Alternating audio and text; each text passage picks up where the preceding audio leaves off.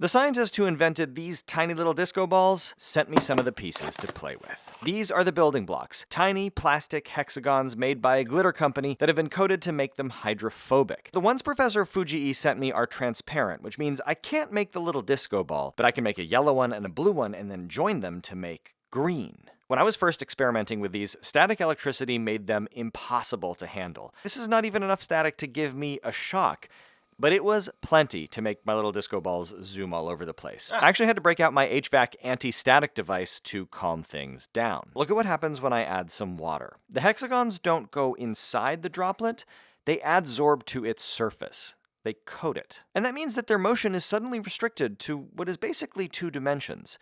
That's why you can get a perfect disco ball, because the hexagons all fit together very snugly. These things are light enough that they don't break the surface tension of water, and they're hydrophobic enough that they slide almost frictionlessly. But the most fascinating thing about them is that you can use them to get water to misbehave. If you put water on a hydrophobic surface, it will bead up and form a sphere, because that's the shape that allows it to touch the smallest possible area of the surface. Remember, the surface is hydrophobic. You can think of it as the water being surface phobic. And that's why when you make a normal liquid marble with these super tiny hexagonal plates, you get spheres. But if you use these 2mm diameter plates that Professor Fujii sent me, well, you still get spheres, but we can change that. Look what happens as I gently move the petri dish side to side. The sphere becomes egg-shaped. And if I start with a sphere but squash it, it becomes, a squashed sphere. I don't even know if there's a name for this. Now, the most interesting thing is that you can start off with a single droplet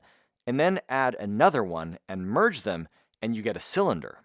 And you can do that again, and you get a slightly larger cylinder. Professor Fujii and his students were able to mold the cylinders to make every letter of the alphabet.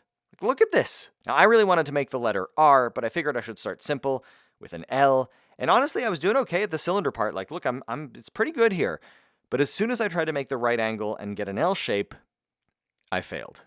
It's funny how sometimes science is science, and sometimes the practice of doing science is an art. And I'm not an artist. No. Ah.